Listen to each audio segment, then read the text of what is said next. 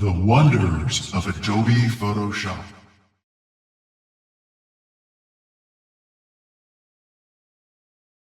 Hello, and welcome to our discussion on Milky Way photography. How do we put our images together? If we go out at night to photograph the Milky Way and then the foreground beneath, it often comes out just a little bit too dark. So we've got this procedure for photographing the foreground at dusk, then waiting, capturing the Milky Way, and then assembling the images later in post-processing. And this video is about that assembly process later on in post-processing. And here's what we would do. So when we're in the field capturing the foreground, we're actually also holding our phone up, our cell phones up to the sky with our PhotoPills app and taking screenshots so we know exactly where in the scene the Milky Way belongs. So to get this process started, we'll go ahead and take these two images from Bridge into Camera Raw. Initially, what I'd really like to do is get the noise. This was a very high ISO setting, lots of noise. Camera Raw deals with this wonderfully, so we'll go ahead and remove the noise. Always do this on your RAW file. It does not work as well if you're not doing it on a RAW file. We'll click Enhance. If you hear strange noises, my neighbor is building a fence. And let's take a look at this image. What we'd like to do to this is initially just kind of get it maybe adjusted to look a little bit more realistic for a night shot. So we'll take the lighting, we'll bring the highlights way down, and we'll bring the whites back. And let's take the exposure down just a little bit, just to get a little more in line with a night shot. We're not exactly there yet. We'll fine tune that in a bit. Let's go a little bit darker. And I think I typically like my colors just a little bit warmer. We'll do that just to see. We don't want to go too far. Now we can adjust everything later on. We'll say done. Now that we're back in Bridge, we will take the foreground, and I'm going to hold the Control key down and click on the noise reduced image. We'll take those into Photoshop as layers, following this path here.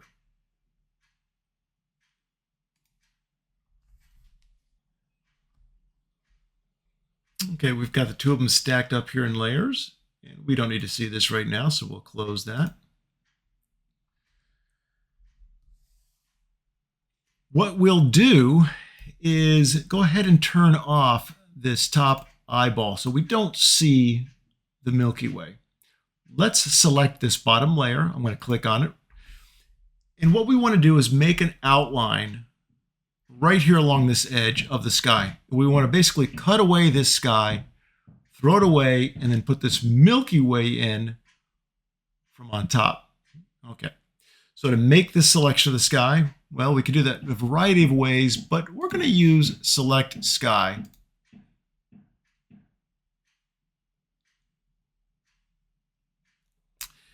And now that we have a selection of the sky, anytime we see that we have marching ants, and anytime we see marching ants, whenever we ask for a mask to be made, it'll make a mask based upon those marching ants. We don't want a mask made on this bottom layer. We want one made here on this layer. So we'll toggle it on. We've clicked on it. It's selected. When we click on the square with the circle to make a mask, it'll make a mask based upon those marching ants. Taking a look at my phone where I have my image, my screen capture from when I was standing out here taking the foreground, and it's showing me what's going on with the position of the Milky Way, and it's not exactly right. So I need to move the Milky Way up. I'm going to unlink them right here.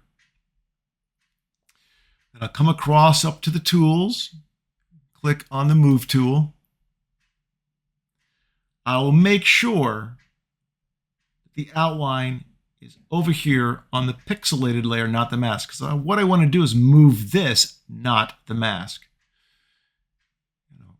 Just click, hold down with my mouse button and move it up.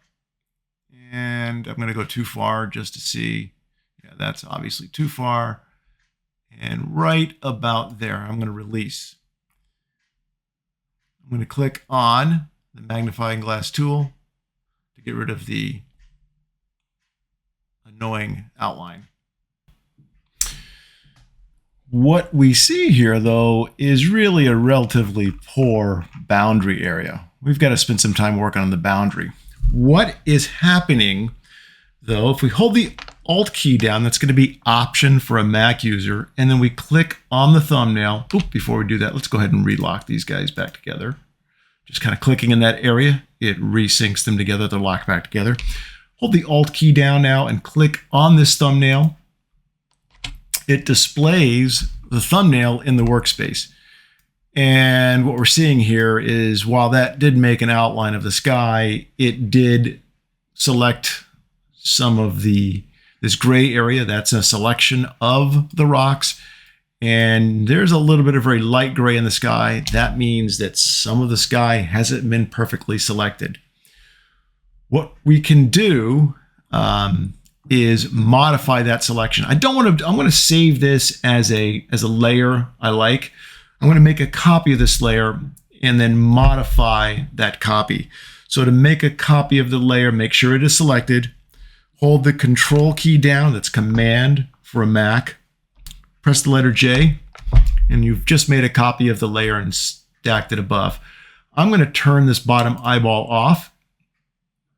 I'm going to hold the Alt key down again, click on the thumbnail, and I'll show you how we'll modify this mask. Basically, if the mask is selected, it's outlined over here like this, and you have it displayed. You don't have to have it displayed. It could just be outlined. You can refine that mask by clicking on Image, Adjustments, and anything that isn't grayed out will be allowed to have an impact on this image. Let's take levels right now. And what I want to do is make these really, really dark grays black. So if we move our black point to get those really, really, really dark grays by moving it to the right as we are, we'll see that those grays go pretty dark. I'm looking at this one right here. We're still not quite there yet. Let's see if we can get a little bit better. There we go. Seems to be a pretty good bite all the way across. Now, we have some very, very light grays here in the sky and right in there. So let's start moving the white point to the left, which puts all of those very light grays now into the realm of being white, pure white. So this gets us a relatively clean edge. Let's say okay. And let's just kind of run around here and see what it looks like. I don't see any more rocks, I think anyway, being selected improperly. That looks by and large good. Let's toggle this back on.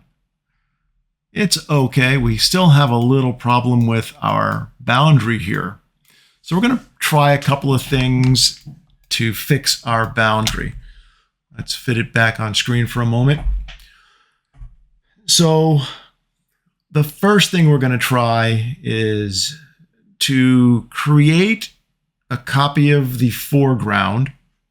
We'll do that by selecting the foreground layer and holding the Control key down, Command key for you Mac users, press the letter J. We have a copy of the foreground. I'm going to take this mask here and I'm going to reselect it. I want to make a copy of it. So I hit this button right up here. When any mask is outlined and selected here, you come up here to the Properties tab, click the little marching ants circle, and it makes a selection based upon your existing mask. Then I will select this layer right here, and I will click Make a Mask button. And there we go. Now we have a mask, the exact same mask. So what's happening? Let's talk about layers and masking. This is the most important thing you can learn in Photoshop once you really get a firm understanding of layers and masking, and it's not that complicated. You will have a good control over moving forward quickly in the world of Photoshop.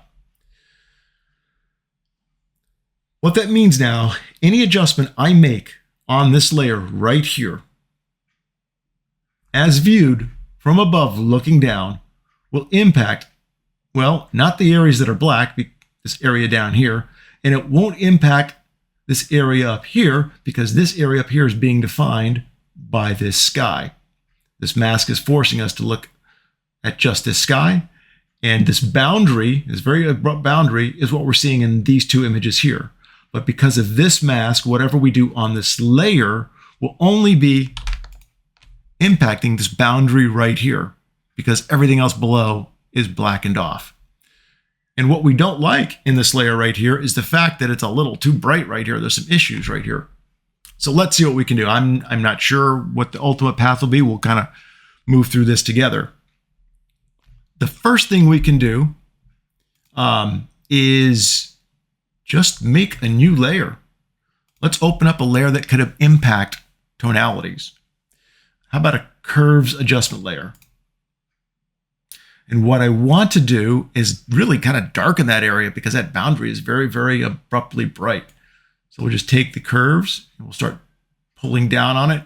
And oh my goodness, I'm impacting the whole bottom of the image. And that's because this curve is impacting everything below it. I want this curves adjustment layer to impact just the layer immediately below it. So I hold the Alt key down, press and keep it held down. This is the Option key in the Mac world. And as I hover between the two layers, I get this little square with the downward pointing arrow, and that's the clipping mask indicator. It's not a mask, it's a clipping indicator, so I can link the layer above directly to the layer below, so that whatever adjustments happen on this layer only apply to this layer here. So now we can see that the darkening is happening only on that little area, that boundary area between the sky and the foreground. We're still not getting us, as we get a little closer, it's better, but I'm not really fond of what we have. It's definitely better. Let's approach a few other things we can do here. So what might we want to do here? Well, again, you could try to play with the mask here, or you could try to do something down here.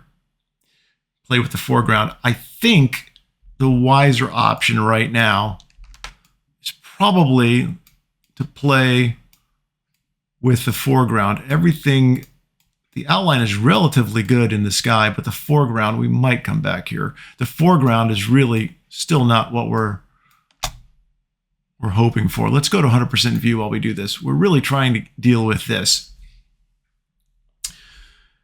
So I'm going to take this layer, I'm going to make a copy of it. Control, as we've been doing. Turn the one off below. I may not ultimately have use of it, but what I want to do is I want to see what happens if we make, instead of making it darker, we make this area in here just a little bit brighter so that we apply more of the darkening of this layer into this area here. So we've got the layer mask selected. We'll toggle the view back on. The mask is still selected. So if I come up here, come up to Image, Adjustments. Let's try Curves again. And I brighten this mask overall.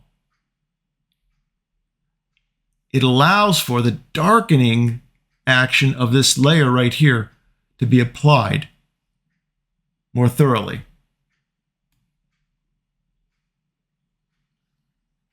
Okay, kind of like that. Seeing some issues over here that seem to have gone away. We're at 100% view. Let's say okay for now. Little bit of a goofy look still there. Still a bit blue looking.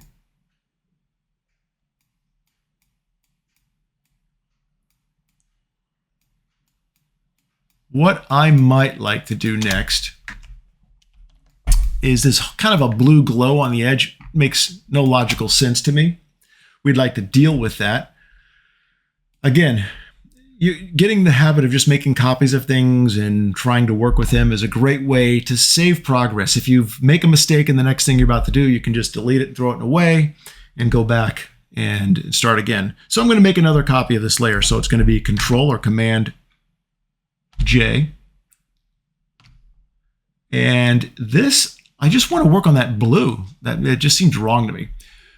So we'll take this into the camera raw filter. I've again selected, I did select the pixels. And we'll click on filter. We'll run into camera raw filter. And in this case, I just want to try to create a warmer look, maybe even a little darker look to that part of the scene. It just doesn't seem quite right. And maybe we'll darken that down. We'll take the highlights darker, the whites darker, maybe just the general exposure there down a little bit. Let's say okay. Oh, now that seemed to have an impact for us.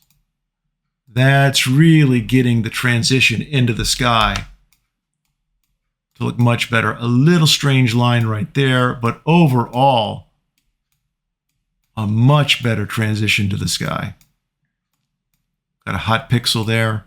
Okay, so we only have one area where I'm not wild about what's going on, and that's back over here. Something's a little goofy on this edge still. So let's think about that. Since we've tried a few things with the bottom and we still can't get this kind of dialed in, we'll try to do something with the top. So what we're trying to do is modify maybe the mask on this layer right here. I'm not sure. We'll play with it and see. And we're going to do so by making sure it's outlined like we do have here. And then we'll click on this little button called Select and Mask. What this may allow us to do is shift the edge in by using the Shift Edge feature right here. And going to the right will obtain what I hope. If we go to the left, moves it the other way. The right's the way we want to go. And we're viewing this at 214%. So it does look like there's a dramatic improvement. I'm going to have this output to a new layer with a layer mask. Say OK. So now we have a brand new layer mask, and so we'll click the one below it on, and let's just see. Yeah, that's really kind of brought that in nicely. Let's view this at 100%. Oh.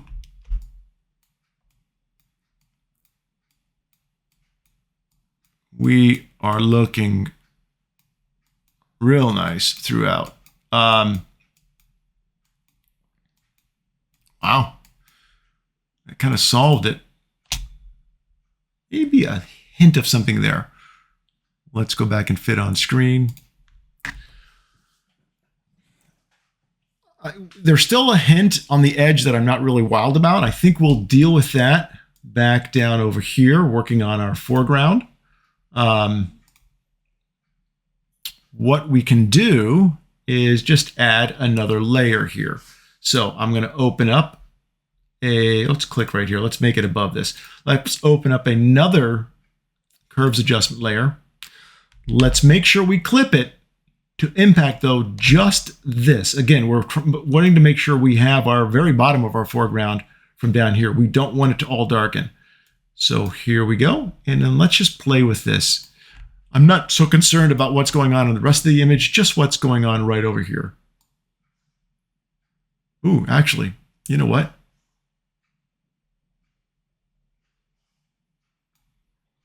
That seems to really bring that to a much more natural looking transition all through here with the Milky Way.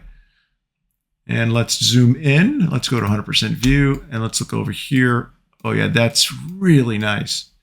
Yeah, and we've solved our problems over here as well. Okay. Okay, I'm very happy with that. So let's fit this back onto screen. Oops, right up here.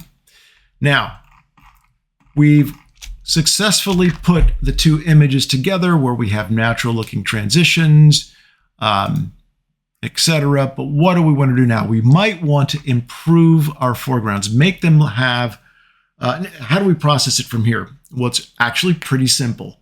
There are just two sections we're going to process. It's the foreground and then the sky. So to do that, let's come down here and let's work on the foreground.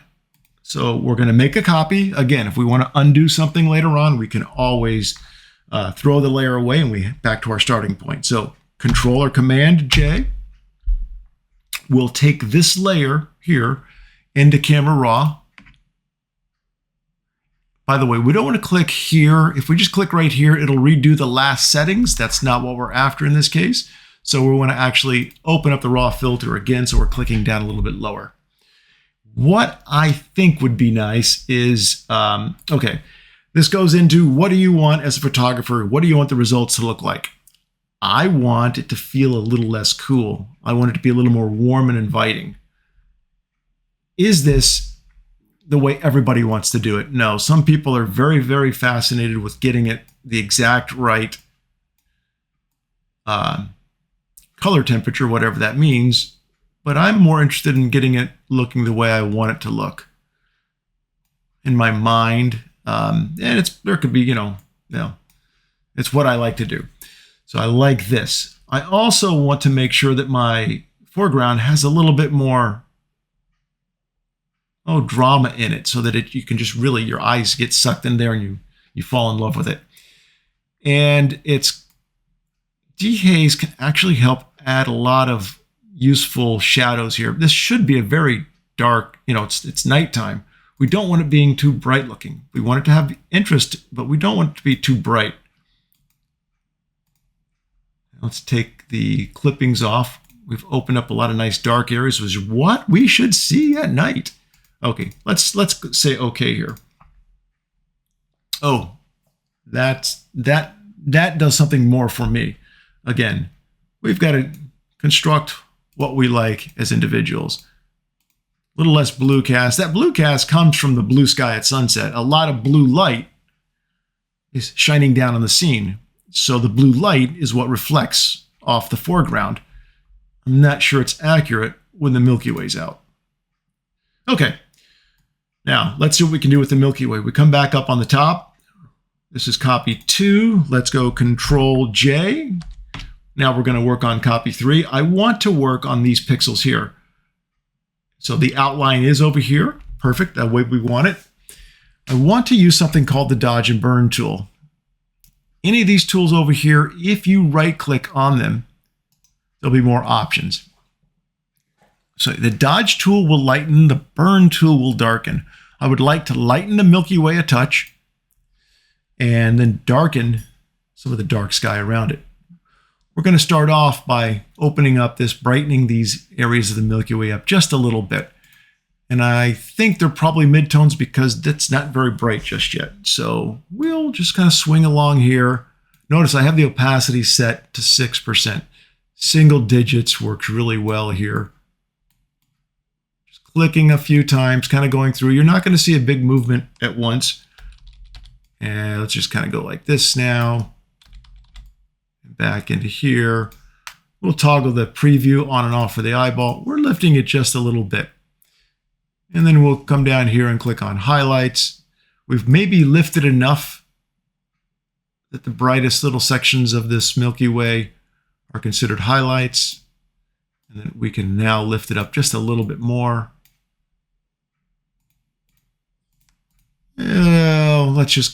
I don't think we really got much more that way. So we'll come back into here, up into here.